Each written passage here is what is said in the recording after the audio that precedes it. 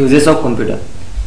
Computer computer एक घर पे किस प्रकार से हम यूज कर सकते हैं वो हम आपको बताएंगे। सबसे पहले हम गेम्स वगैरह खेलने के लिए यानी एंटरटेनमेंट के लिए यूज कर सकते हैं। उसके बाद घर बैठे काम करने के लिए, अगर आज कंपनी में जाने का मूड नहीं है और काम करना है तो हम घर बैठे काम कर सकते हैं। उसके बाद बैंकिंग फ्रॉम होम, घर बैठ के हम पैसे विड्रॉ कर सकते हैं या फिर ट्रांसफर कर सकते हैं। और उसके बाद ना कनेक्टिंग टू वेब, वेब मतलब इंटरनेट, जो कि हम आपको बताएंगे आगे।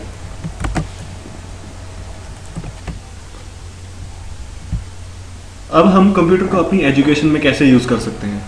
तो इसमें सबसे पहले होता है कंप्यूटर बेस्ड ट्रेनिंग, हम जिसको बोलते हैं हम ऐसा क्यों करें। तो ये सबसे पहले बहुत ही एक चीप साधन है जिससे हम दूसरों को पढ़ा सकते हैं। जैसे अभी हम आपको इस वीडियो लेक्चर में पढ़ा रहे हैं, हमने एक वीडियो बनाया और इससे बहुत सारे स्टूडेंट्स को फ़ायदा हो सकता है। हमने अगर ये वीडियो नेट पे अपलोड कर लिया तो दुनिया में कोई भी कहीं पे भी बैठा हो वो ये वीडियो देख के सीख सकता है। अब हम डेली लाइफ में यूज़ कैसे करते हैं कंप्यूटर। जैसा कि पहले भी मेरे फ्रेंड सुमित ने आपको बताया कि हम अकाउंट्स में यूज़ कर सकते हैं, रोज़ एंटरटेनमेंट पर्पज़ के लिए गेम्स में यूज़ कर सकते हैं, एजुकेशनल पर्पज़ जैसे अभी हम आपको पढ़ा रहे हैं इस चीज़ के लिए यूज़ कर सकते हैं।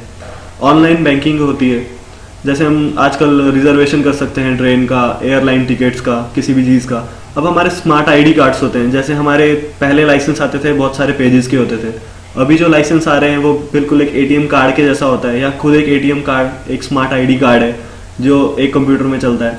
सुपर मार्केट आपने जितने भी देखे होंगे, बिग बाजार, मोर, बेस्ट प्राइस, कोई भी, वहाँ पे सुपर मार्केट्स में कंप्यूटर का यूज़ होता है। और घर से हम काम कर सकते हैं, टेली वर्किंग, जैसे कि यहाँ पे आपको इस इमेज में भी दिखाया है। और सबसे बड़ी बात इंटरनेट, जो आजकल हर। अब कंप्यूटर्स करते क्या है।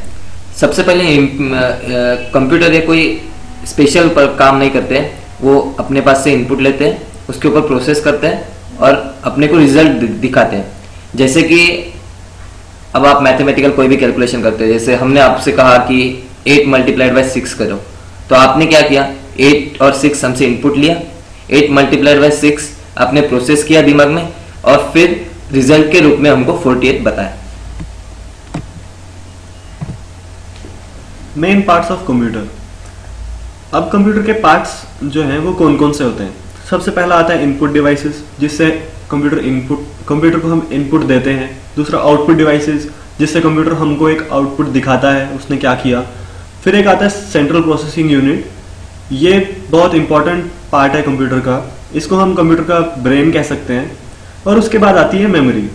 अब मेमोरी इंपॉर्टेंट क्यों है, अब हमने आपको एक एग्जांपल देते हैं कि जैसे हम हैं, हमारे पास दिमाग है, हमको लेकिन कोई चीज़ें याद रखने के लिए एक मेमोरी की भी ज़रूरत पड़ती है।